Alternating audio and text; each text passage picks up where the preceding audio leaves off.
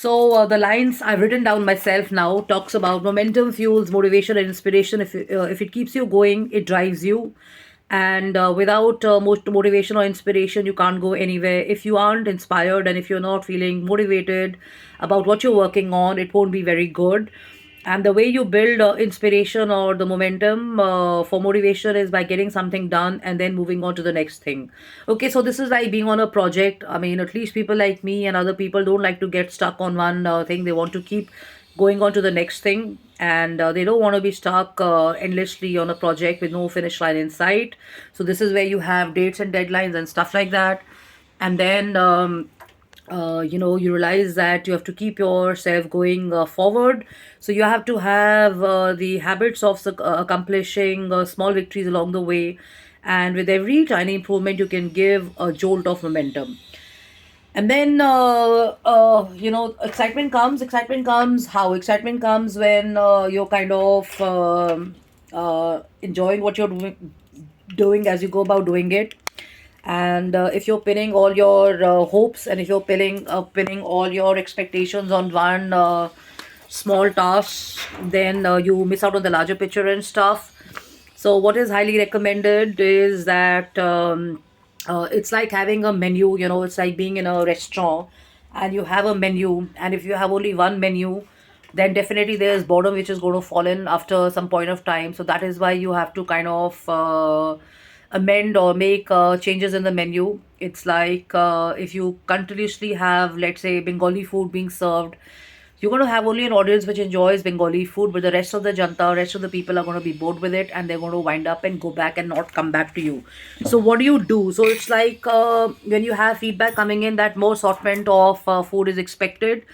So the chef works on a menu, and the founders or the restaurant owners or the hotel owners will work on a menu which is going to be basically an assortment of other stuff which is exciting. And if you enjoy it, you love it, it sparks you to go back again and have a great time there.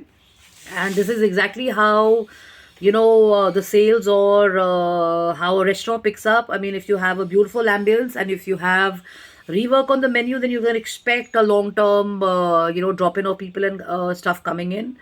And this would ideally mean small victories leading to a big victory, because you can have let's say promotions, or you can have, let's say, some festival happening, and you can have, let's say, a comedy happening, or you can have, let's say, music nights happening, you can have let's say sports meets happening, or something or the other happening which adds to those small victories of, let's say, changing a menu from a smaller menu to a larger menu, and therefore increasing the drop in of people and stuff. And then you have more sales and you have more food selling. So the smaller victory automatically becomes a bigger victory and stuff. And then then there is a steady flow of positive news or good news coming in. You're having sales, you're having great drop-ins, you have a bumper house on certain times, you have new announcements to make every 2 weeks. You can energize your team, you can kind of motivate your team and stuff, and you can offer something to your customers they can be excited about, and they can enjoy, they can rave about it, they can talk about it, they can plan their coming days and where they want to spend the money and stuff like that. So the persistent question still remains: what do you want to do in the 2 weeks of the bumper time you want to have, where you have a full house of people dropping in for food? What is it that you want to do in the 2 weeks?